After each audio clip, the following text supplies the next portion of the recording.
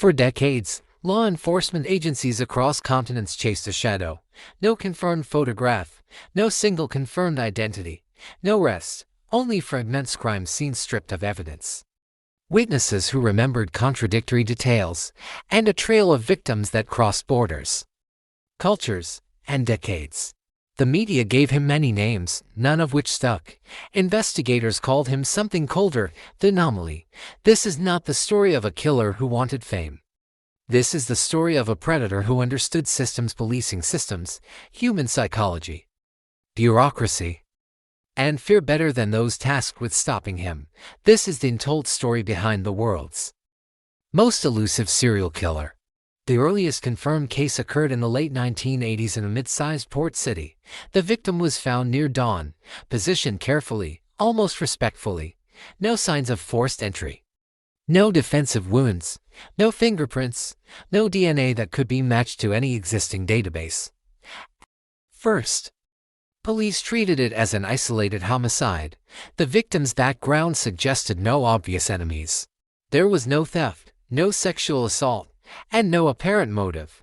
The medical examiner noted something unusual. The cause of death was precise, almost surgical. Using a method rarely seen outside of professional environments, the case stalled within weeks. What no one knew then was that this killing would later be linked quietly, reluctantly, to dozens more.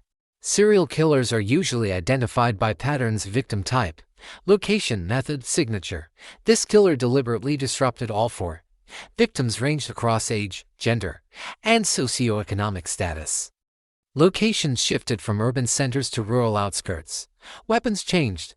Sometimes there was a message, often there was none. Investigators chasing a profile found themselves rebuilding it after every new discovery, but a deeper pattern existed, one that took years to recognize. Every crime occurred near transitional spaces: ports, train stations, highways, temporary housing, construction zones, places where people passed through, where records were incomplete, and where surveillance was weakest. The killer didn't just choose victims, he chose administrative blind spots. What if the most dangerous predator wasn't the one you could see, but the one you could never reliably describe? In one of the most baffling crime sprees, eyewitness testimony, usually the bedrock of an investigation, became the biggest obstacle. People saw someone, but it was never the same someone. Descriptions were all over the map: tall, short, clean-shaven, bearded.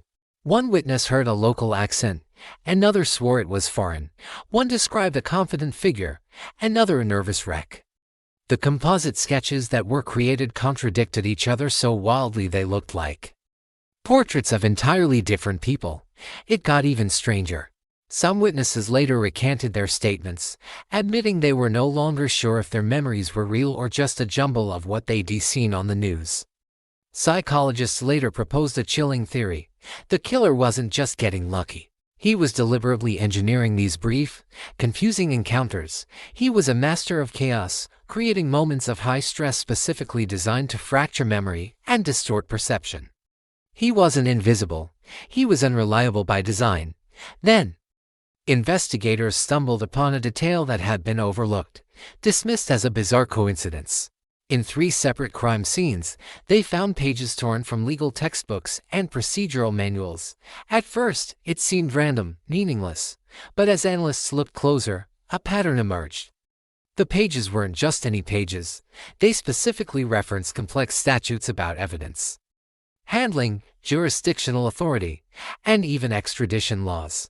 This was the light bulb moment. The killer wasn't just taunting them, he was showing them his playbook. He knew the system's weaknesses. He understood exactly where an investigation would break down and fall apart. The crimes were often committed near state or national borders, deliberately creating disputes over which agency had jurisdiction. He knew that evidence collected improperly would be thrown out of court. He understood that warrants expired and that crucial paperwork would lag far behind his movements. By the time different law enforcement agencies finally managed to coordinate, the trail was completely cold.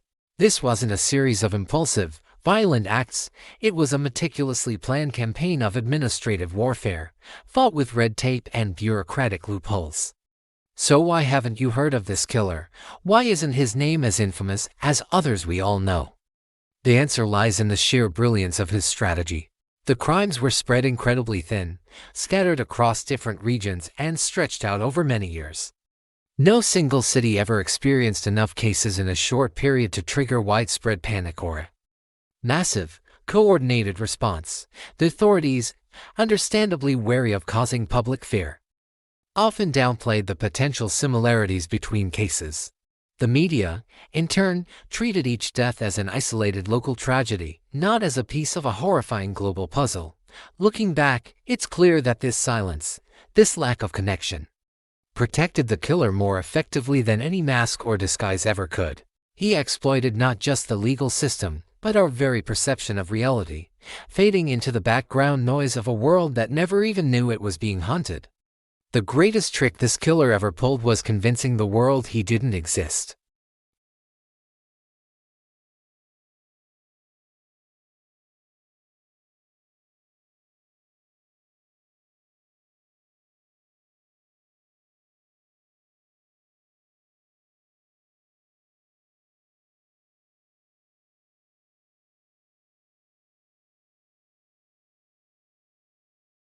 The methods were varied, leaving behind minimal forensic evidence.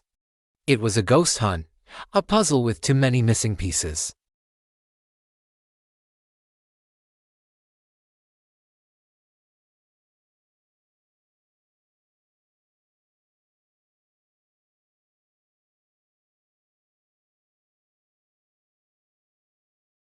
They weren't looking for a person, they were looking for a shadow.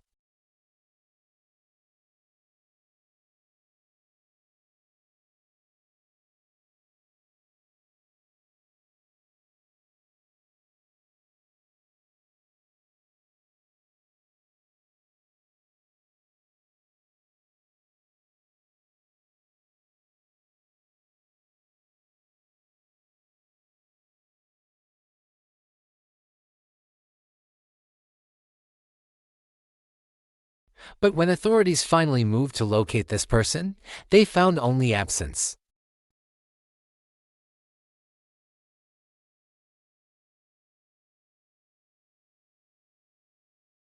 There were no rushed departures, no loose ends, no mistakes.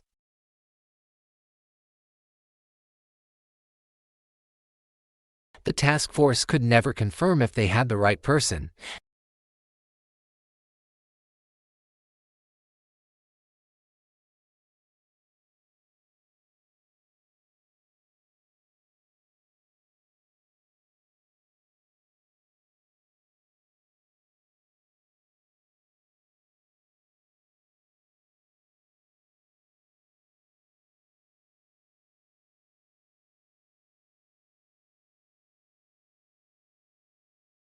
They asked, what if the killings themselves were not the point? What if they were just the means to an end? What if the real goal was to prove something, to prove that our modern, interconnected world, with all its surveillance and data trails, could still be defeated by a single individual with enough discipline and foresight? This killer wasn't driven by chaos, he was driven by demonstration. He was showing the world that he could move through it like a ghost, completely untraceable, a perfect predator in the digital age. The last confirmed killing attributed to this pattern occurred over a decade ago. The scene was, as always, minimal. Clean, almost symbolic in its lack of clues. There was no final message, no taunt, no grand statement. Just another death, and then, absence, silence.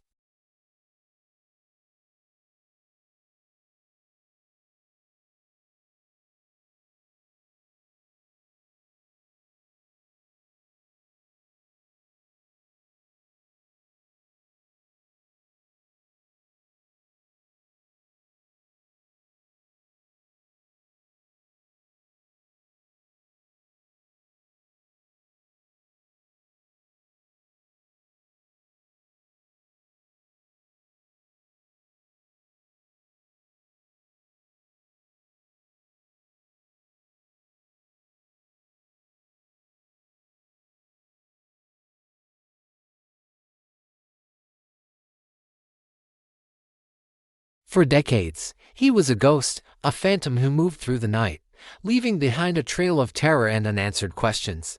They called him the original Night Stalker, the Golden State Killer. But for years, his true identity remained one of America's coldest mysteries. And then, a breakthrough, a name, a face, a man living a quiet suburban life, Joseph James D'Angelo. The capture of one of history's most prolific and brutal criminals was a monumental victory for law enforcement and a testament to the relentless pursuit of justice. But what if I told you there's another phantom? One who makes D'Angelo's reign of terror seem almost contained. A figure so disciplined, so meticulous, and so successful that even today, law enforcement isn't entirely sure he even existed. This is the story of a killer who might have committed over 50 homicides and countless other crimes across multiple states, yet has never been identified. His methods were so varied, his victimology so broad, that for years, police didn't even realize his crimes were connected. He was a chameleon, adapting his tactics for each new location, leaving behind just enough evidence to taunt, but never enough to be caught. Investigators who hunted him described a man with almost supernatural abilities to blend in, to anticipate their moves, and to vanish without a trace.